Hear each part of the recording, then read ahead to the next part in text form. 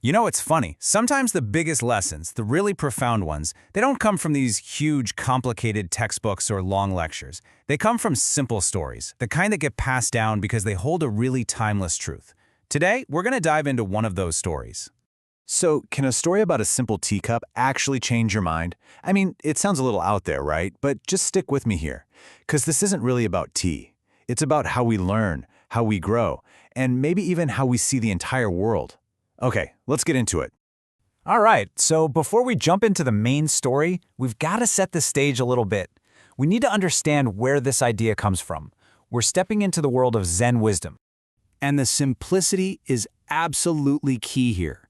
See, a Zen parable, it's not just some kid's fable. It's more like a tool, a super short story that's designed to just, stop you in your tracks and make you really think. Each one is like a little vessel, carrying a really big lesson.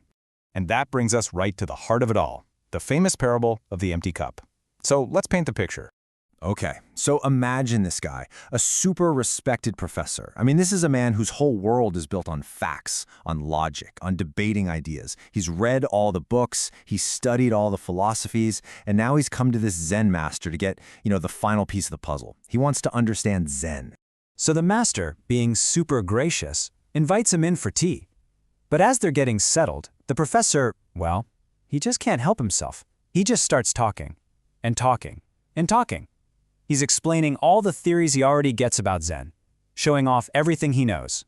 He's not really there to ask questions. He's there to give a lecture.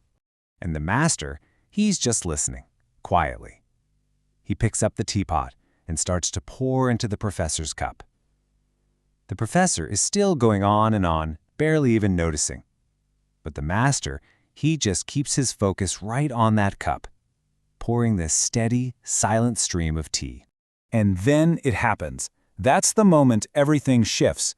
The dark tea reaches the very brim of the cup. But the master, he doesn't stop. The tea starts spilling over the sides, running down onto the saucer, and making a puddle on the beautiful wooden table. This quiet little ritual is suddenly a mess. Finally, the professor stops talking. He's totally startled, looks down at this mess, and his whole intellectual train of thought is just gone. All he sees is this simple, obvious problem right in front of him, and he cries out, just stating the obvious in his alarm. And right there, in that moment of silence, the master delivers the whole lesson. That overflowing tea, it wasn't a mistake, it was the entire point. His words just land in that sudden quiet, simple, direct, and just incredibly profound. Okay, so that's the story. But like any great parable, the real magic isn't just in the tale itself, it's in the metaphor. So let's decode this thing. So here's the core idea broken down. On one side, you've got the full cup. Think of this as a mind that's just cluttered. It's full of ego, fixed beliefs, all these preconceptions we carry around. It's a mind that's so busy talking, it literally can't listen.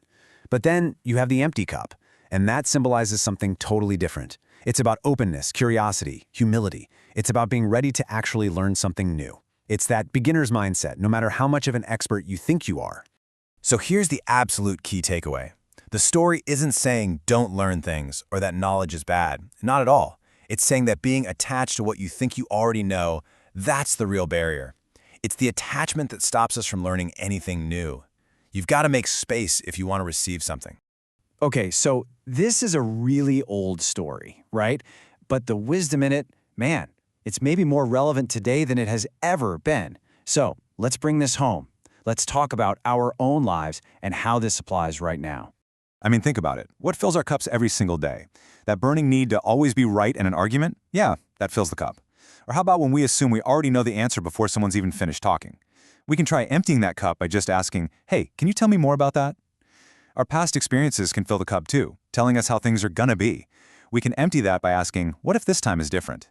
And judging a new idea before we even try to understand it. That's a classic full cup. All of these are ways our cups get filled without us even realizing it. And that really brings us to the final question, doesn't it? The big one that the whole story leaves you with.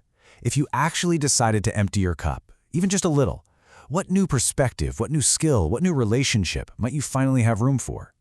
What new wisdom is out there just waiting for you to taste it?